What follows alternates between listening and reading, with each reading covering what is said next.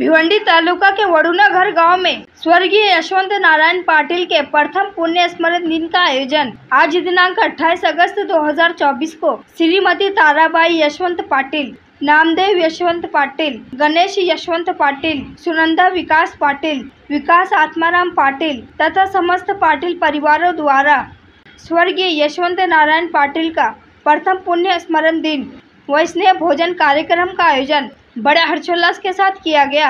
इस अवसर पर भारी संख्या में मान्यवर, मित्र मंडली, नातेवाईक व वडूनाघर गांव के ग्रामस्थ मंडलों ने उपस्थित होकर स्वर्गीय यशवंत नारायण पाटिल को भावपूर्ण श्रद्धांजलि देकर स्नेह भोजन का लाभ लिया।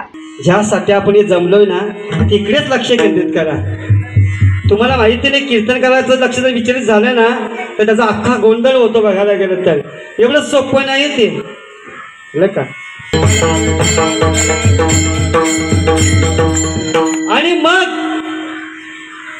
भगवंत महादेव त्या महानंदेच्या महाली आला आणि त्या महाली आल्यानंतर त्या महानंदाने एक कोंबडा आणि एक तुम्हाला सांगतो माकड पाळलं होतं आणि त्यांच्या गळ्यामध्येही रुद्राक्षाच्या माला घातल्या होत्या। कळलं का? कोंबडा आणि ते माकड नृत्य करायचं। तुम्ही आम्ही टाळ्या पण वाजवत नाही बघायला गेलं तर। मला कधी कधी खरंच तुम्हाला प्रश्न पडतो कशाला आपण माणसाच्या जन्मामध्ये आलो, काय करतो आपण माणसाच्या जन्मामध्ये येऊन। तुमच्या जन्मता असे जन्म आला हेला आणि पाणी वाहून मेला, काय जन्माचं हे बघायला गेलं तर। आणि ज्या देहाची इच्छा देव करतात तो देव नारायण नामे हो जीवन नामधनी ते किल्लारी आहेत, पण तरी देव काय इच्छा करतात तर त्यांचं असं मत आहे या पृथ्वीवर आल्यानंतर आम्ही काय करू, हरिनाम गाऊ, नारायण नामे हो जीवन मुक्त। आम्हाला तर काहीच कळलं नाही कधी बघायला गेलं तर, आणि कळलं तर वळलं नाही, आणि जेव्हा वळलं तेव्हा सगळंच निघून गेलं होतं। या महानंदेच्या घरी भगवंत आले आणि सांगितलं, अगं महानंदे तुझी कीर्ती ऐकून मी तुझ्याकडे आलेले आहे, तुझ्या घरचा मी 3 दिवस पाहुणा राहणार आहे। किती? 3 दिवस। महानंदे सांगितलं अवश्य राहा, मी 3 दिवस तुमच्या पायाची दासी आहे। 3 दिवस माझ्या मनामध्ये कुठल्याही पुरुषाचा विचार येणार नाही, आणि आलं तर माझं देह गळून जाऊ दे, एवढी मोठी प्रतिज्ञा केली। तुम्ही आम्ही प्रतिव्रता असून सुद्धा आपल्याला जमत नाही, पण वेश्या असून तुला जमलं, कारण का तिचं मन शिवाच्या नावाने व्यापलं होतं हे लक्षात ठेवायचंय। आणि अशा पद्धतीने त्या सौदागरच्या वेशामध्ये आलेला तो महादेव सांगतो, अगं महानंदे हे माझं लिंग आत्मलिंग तुझ्याकडे 3 दिवस ठेव, जेव्हा 3 दिवसाची पूर्तता होईल, जेव्हा मी जायला निघेन तेव्हा माझा आत्मलिंग मला परत कर। तिने सांगितलं ठीक आहे। नेमून तिने काय केलं, महादेवाच्या देवालयामध्ये शिवाला ठेवलं। तिला म्हटलं इथून कोण चोरून नेणार आहे, आणि तुम्हाला 2 दिवस झाले, 3ऱ्या दिवशी उगवायचं तर प्रत्यक्ष भोलेनाथाने महानंदेच्या वाड्याला अग्नी लावलं, आणि त्या अग्नीमध्ये काय झालं माहिती का, तो वाडा धड धड पेटायला लागलेला आहे। तशातच ती उठली आणि तिने काय केलं माहिती का, आधी त्या कोंबड्याला आणि त्या माकडाला सोडलं, ते पळून गेले।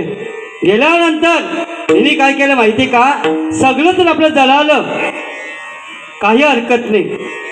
ज्या वेळा ती देवालयाकडे लावली आणि बघायला गेली की ज्या सौदागराने मला तो शिवलिंग दिला होता त्याचा शिवलिंग आहे का, तो शिवलिंगही नव्हता तिथे। त्यावेळेला महादेव सौदागरच्या रूपामध्ये, सौदागर म्हणजे व्यापारी बरं का, तुम्हाला वाटलं काय सौदागर व्यापाऱ्याच्या रूपामध्ये आला होता। तो असा फेटा बांधलेला जरीचा, धोतर घातला होता, असा माझ्याकडे सदरा घातला होता, लक्षात ठेवायचं। आणि मग त्याने सांगितलं, महानंदे माझं ते आत्मलिंग दे। तिने म्हटलं कुठून देऊ, सगळा वाडा जळाला, त्याच्यामध्ये आत्मलिंगही जळालं। तो म्हणतो मला काही सांगू नको, तो आत्मलिंग म्हणजे माझा जीव की प्राण होता, तो आत्मलिंग म्हणजे माझा जीव की प्राण होता, आणि तोच जर गेला तर जगायचं कशासाठी। त्या महादेवाने काय केलं, अग्नी मायेने अग्नी प्रज्वलित केलं, आणि त्याच्यामध्ये काय झालं, तो भस्म झाला। आणि भस्म झाल्यानंतर त्या महानंदेला असं वाटलं की मी त्या सौदागरचं वचन पाळू शकलो नाही का. जसं आमच्या काकड्याच्या अभंगामध्ये आम्ही सांगतो, वचन ऐका कमलापती माझी रंकाची विनंती, माझी रंकाची विनंती, कर जोडितो कथे काली आपण असावे जवळे, आपण असावे जवळ, असं आम्ही म्हणतो. कारण ती करुणा आहे, ती देवाकडे करुणा आहे. आणि त्याच्यानंतर तुम्हाला सांगतो, मग तिने विचार केला, सौदागर माझ्यासाठी देह त्याग केला, मग मला सुद्धा जगायचं आता नाही. जेने नये जन्म येमाची यातना ऐसी या साधना करा काही. तिने विचार केला, या सौदागराच्या पापामध्ये जर मला पाप लागेल आणि त्या मृत्यूचं कारण मी बनेन तर मला येमाची यातना भोगायची नाही. मी या सौदागराच्या बरोबरच माझा जीव देईन. कारण मी माझं मन, माझं तन, माझं धन त्याला दिलं होतं. म्हणजे मी त्याची कोण झाली होती? प्रत्यक्ष पत्नी झाली होती. मग पतीच्या बरोबर पत्नीने जाणं हा पत्नी धर्म आहे बघायला गेलं तर. आणि तुम्हाला सांगतो, तिने काय केलं, नवीन साडी चोली कोरी परिधान केली आणि केस मोकळे टाकले आणि त्याच कुंडामध्ये ज्या सौदागराने कुंड बनवलं त्याच्याच मध्ये एकच हर हर महादेव करत त्या कुंडामध्ये उडी टाकली. पण त्या कुंडामध्ये पडते न पडते भगवंताने तिला काय केलं, वरच्यावर चेंडू सारखं अलगद झेटलं. म्हणून सांगितले, झेला रे झेला रे झेला, याला वरच्यावर झेला, हातीचा गमविता पाठीवर दे टोला, यालाच म्हणतात. म्हणून त्या पद्धतीने त्या महानंदेला भगवंताने हातावर झेललं आणि सांगितलं, अगं महानंदे, मी सौदागर नव्हतो, मी कोण होतो? ज्याची तू आराधना करते, ज्याची तू आराधना करते तो मी शिव भोलानाथ, कालाचा काल महाकाल. आणि तुम्हाला सांगतो, अशा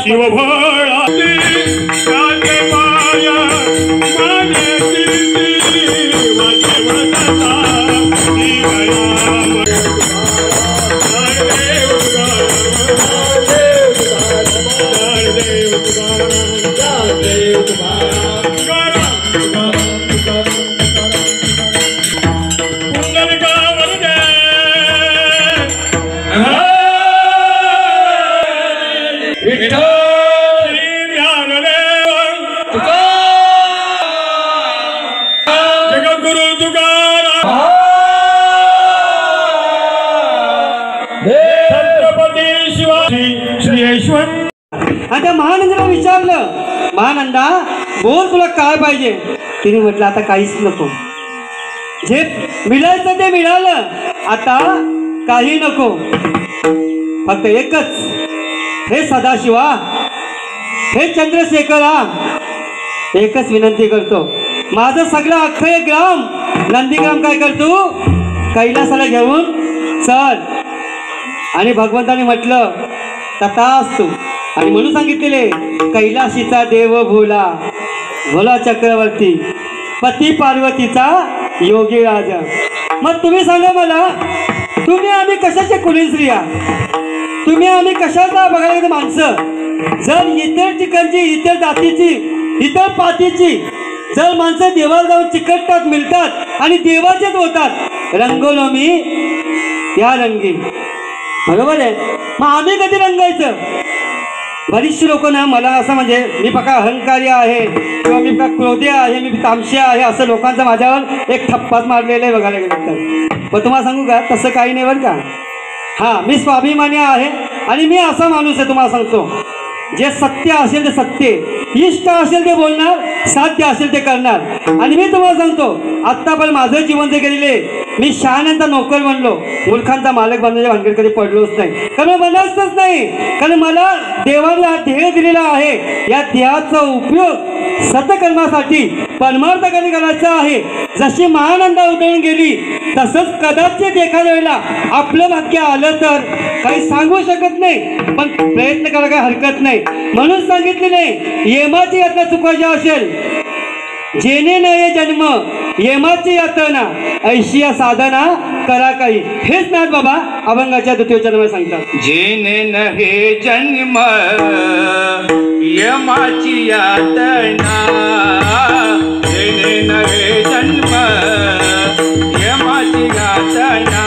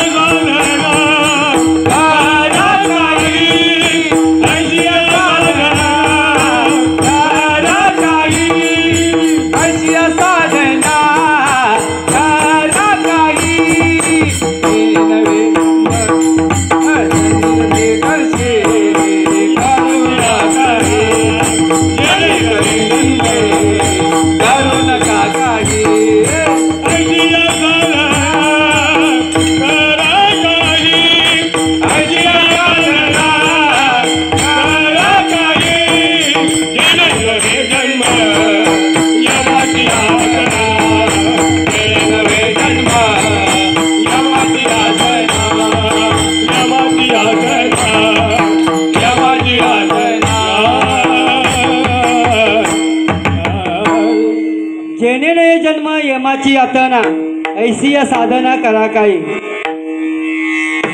त्या व्यक्तीने पुन्हा नाथ बाबांना प्रश्न विचारला की बाबा हरीचंच नाम का घ्यायचं, दुसरं नाम का नाही घ्यायचं? कारण बरीच नावं पडलेली आहेत. राम रामेती रामेती रमे रामे मनोरमे सहस्रनामे तत्तुल्यम राम नामे वरानने. भगवानाची असंख्य नावं पडलेली आहेत, मग तेच नाव का घ्यायचं? नागो सांगतात आणि ते नाव सार आहे, साधनाचे सार, मंत्र बीज हरी. झालं का?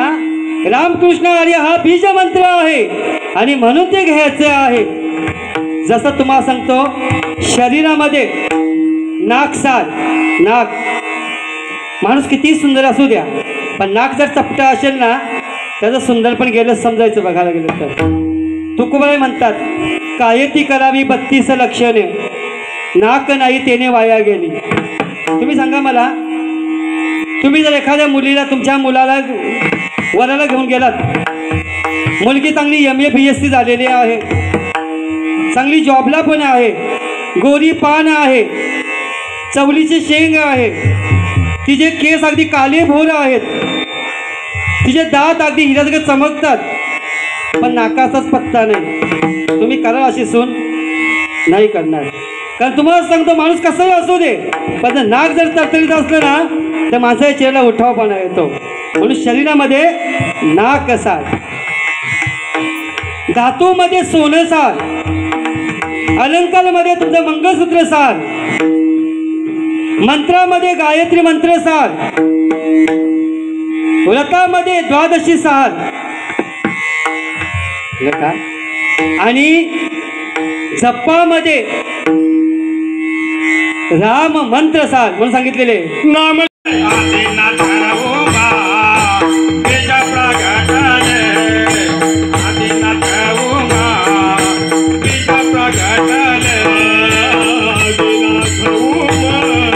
कृष्ण गोविंद वाचे सद्गुरु जप्या आधी एक तत्व नाव हरीशी करून साधनाचे सार बीज मंत्र हरी.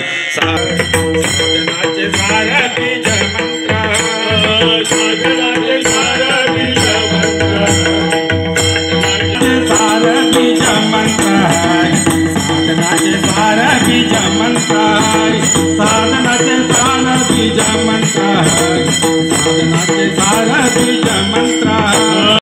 तोची एक आत्मतत्विधारी, तोची एक आपणाची धारी, तोची एक आपणाची धारी, तोची एक आत्मतत्वधारी, तोची एक.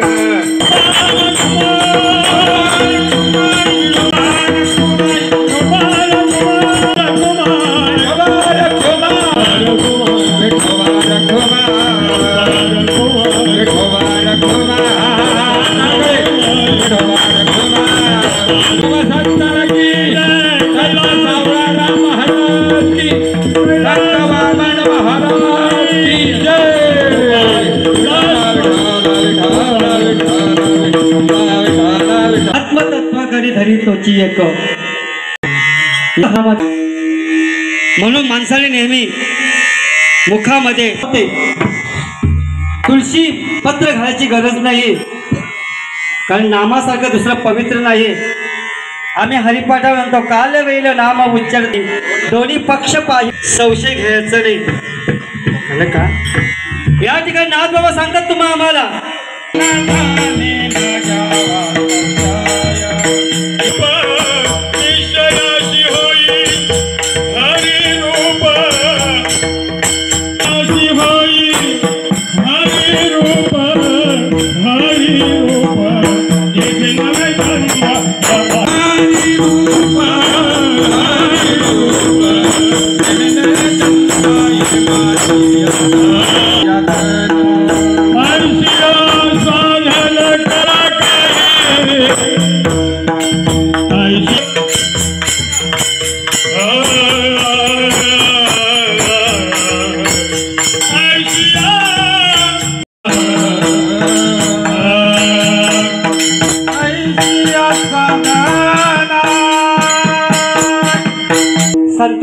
कधी संशय घेऊ नये.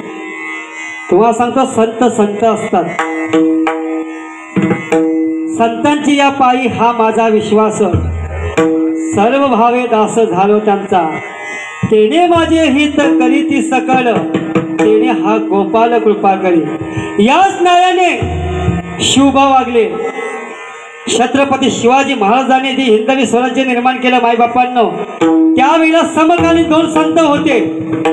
एक रामदास स्वामी होते आणि एक तुकोबराय होते. एक राजकारणाचे आणि एक वैराग्य शिकवायचं, धर्म शिकवायचं. पाप पुण्य तुझ्या हाती तू धर्माची मूर्ती. या न्यायाने या दोन संतांनी शिवबाला घडवलं मायबापांनो.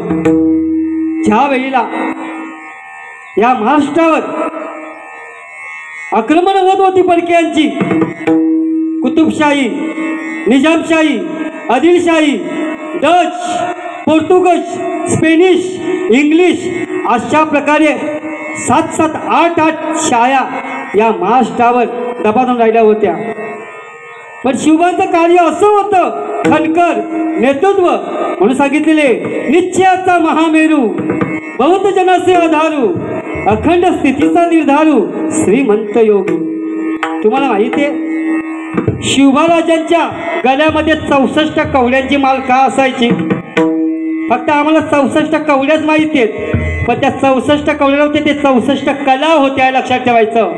14 विद्या आणि 64 कला अशी नीतिमत्ता ज्याची होती ते हिंदवी संस्थापक छत्रपती शिवराय, हे लक्षात ठेवायचं. आणि तुम्हाला सांगतो मायबापांनो, ज्या वेळेला अफजल खान या महाराष्ट्रात चालून आले त्यावेळेला संत रामदासाने बोध दिला, शिवबा या राज्यावर फार मोठं संकट चालून येणार आहे, अजिबात घाबरायचं नाही. खटाची खट, ढिठासी ढीठ, खटासी खटनट, ढिठासी ढीठ असे व्हावे, अजिबात घाबरायचं नाही. कारण त्यावेळेला त्या काली माई बहिणी सुरक्षित नव्हती, त्या कालच्या जमिनी सुरक्षित नव्हत्या, त्या कालचे देवळातले देव सुरक्षित नव्हते. कारण अफजल खानाने सगळ्या मूर्तींना भंग करतोय महाराष्ट्रावर चालवून येत होता. आणि त्यावेळेला संत तुकोबराने उपदेश दिला. जे तुकोबरे आधी सांगतात सर्प विंचो नारायण तयाशे वंदावे दुरून, पण तेच तुकोबराय शिवबाला सर्वजण सांगतात, आणि शिवबा विंचू देवालयाशी आला, विंचू देवालयाशी आला, पूजा न आवडीत आला, तेथे पैजालाचे काम अधम असती तो अधम सांगितलेले. म्हणजे याचा अर्थ कुठे कसं वागायचं हे माणसाला कळलं ना की तो माणूस. तुम्हाला काय महाराज, आम्ही माणसं नाहीत का? माणसामध्ये 4 प्रकार आहेत, कळलं का? तुम्हाला सांगू का? एक देव माणूस, एक नर माणूस, एक पशु माणूस, हे लक्षात ठेवायचं. आणि एक संत माणूस. नर माणूस आहे तो माणसासारखा वागतो, पशु माणूस आहे तो कुत्र्या माणसासारखा वागतो, देव माणूस आहे तो देवासारखा वागतो, आणि संत माणूस आहे तो संतासारखा वागतो, म्हणून त्याला संत म्हटलेलं आहे, लक्षात ठेवायचं. म्हणून माणसाला संत न म्हणता आलं, देव नाही म्हणता आलं तरी माणसासारखं कमी कमी मानण्याचा प्रयत्न नक्कीच करा, की जेणेकरून या जन्माचं येणं सार्थक होईल. आगा जन्मी जे उरावे ते एका ज्या जन्मात फलावाया यावे असं सांगितलेले. हे आपण आलो ना, एक लक्षात, का कटाली देह पावला हा न्याय, घरला तो उपाय घडो आला सांगितलेले. मग अशा पद्धतीने त्यावेळेला संतांनी उपदेश केला शिवबी राजांना, आणि शिवाजीजी राजाने काय केलं? हिंदवी स्वराज्य घडवलं माईबापांनो. म्हणून जर तुम्हाला लढा द्यायचा असेल तर सत्याशी लढा, जर तुम्हाला लढा द्यायचा असेल तर तुमच्या अज्ञानाशी द्या. आजचा तरुण फक्त सुशिक्षित आहे, सुसंस्कृत नाही, हे लक्षात ठेवा. सुशिक्षित असला पाहिजे, सुसंस्कृत असला पाहिजे. तुम्ही MSc केली, BSc केली, सगळं MCOM केलं म्हणजे तुम्ही खूप काही झालं असं नाहीच बघायला गेलं. ज्याच्याकडे संस्कार आहेत ते संस्कार म्हणजे संतांचं दिलेला आत्मबोध, प्रसाद, लक्षात ठेवायचं. आणि तो प्रसाद आपण मिळाला, त्या प्रसादाला अजिबात विश्वास अविश्वास ठेवायचं नाही, तर त्याच्यावर काय ठेवायचं? आपल्याला विश्वास ठेवायचा आहे, हे लक्षात ठेवायचं. म्हणून नाथबाबा सांगतात, एका जनार्दनी न धरी संशय, निश्चयाची होई खरी रूप अशा पद्धतीने ह्या अल्प कालामध्ये अल्प वेळामध्ये माझ्या बुद्धिमत्ताप्रमाणे ह्या अभंगाचा भाग सोडण्याचा मी अल्पसा प्रांजल प्रयत्न केला माईबापांनो. तुमच्या पुढे मी काय बोलावं. तुम्ही संत माय बाप कृपावंत कायम्या पतित कीर्तिवर्णू. तुमचे तर काय बोलायचं. या ठिकाणी सुंदर असे वादक आहेत, पक्वाज वादक आमचे दादा, सगळीच मंडळी भागे मज वाहते. अशा पद्धतीने अशी मंडळी असली ना की त्याचं कारणच नाहीये.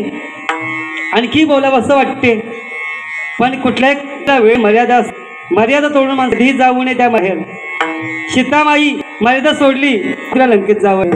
जर ती देशीच्या आत राहिल्या असती तर कदाचित जावं लागलं नसतं, पण ते देवाचं आहे, तिकडे न जायचं. चला असो. मग या पद्धतीने अशा पद्धतीने या ठिकाणी या यशवंत बाबाच्या पुण्यतिथी निमित्ताने तुम्ही आम्ही सर्व हे आमचे हरिश्चंद्र बाबा, ते आमचे हे कालीराम बाबा आणि अशा वेळेस सगळे मंडळी, तुम्ही वयोवृद्ध तपवृद्ध यशवंत या सगळ्या मातवली, सगळ्या माझ्या बहिणी काय सोना सगळ्या ठिकाणी, आणि अशा पद्धतीने तुमच्या मुले या ठिकाणी मी उभा राहू शकलो, कीर्तन करू शकलो, गोष्टी तुम्हाला सांगू शकतो त्या तुमच्याही. पण तुम्हाला एकच सांगतो, बोलण्याच्या प्रभावामध्ये, बोलण्याच्या ओघामध्ये, बोलण्याच्या नादे, बोलण्याच्या भ्रमामध्ये एखादा शब्द चुकीचा असेल तो माझ्या बुद्धीचा दोष, तो मला परत करा म्हणून सांगा. पण महाराज हे चुकलं बरं का, मी तुमच्या पायावर साष्टांग दंडवत घालेन अरे का, आणि ती गोष्ट पुन्हा न होईल नक्की दक्षता घेईल.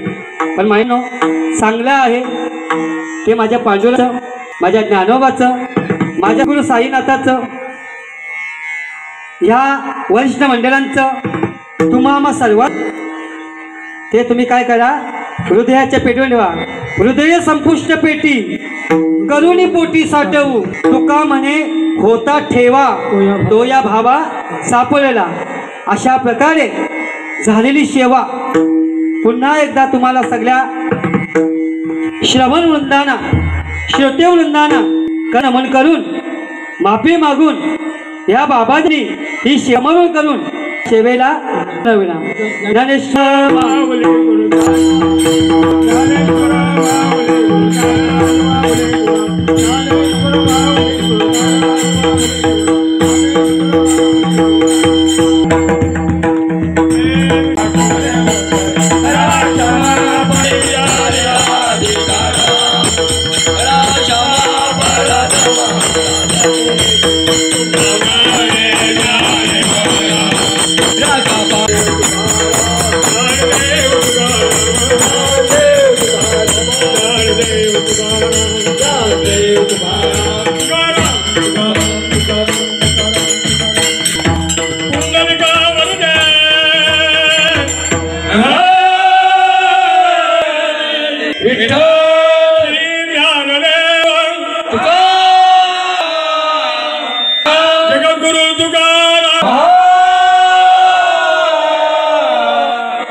छत्रपती शिवाजी श्री यशवंत की जय.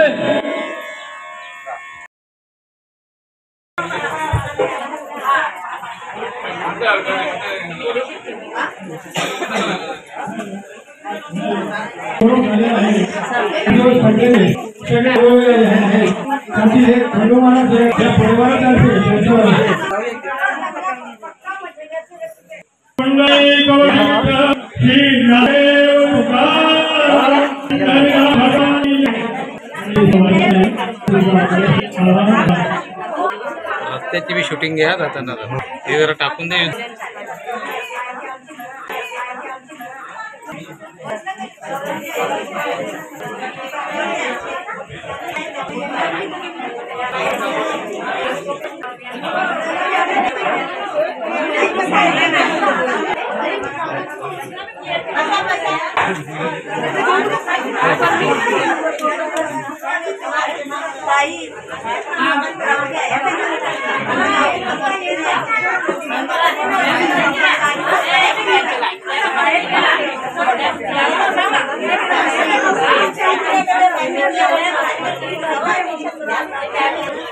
Gracias.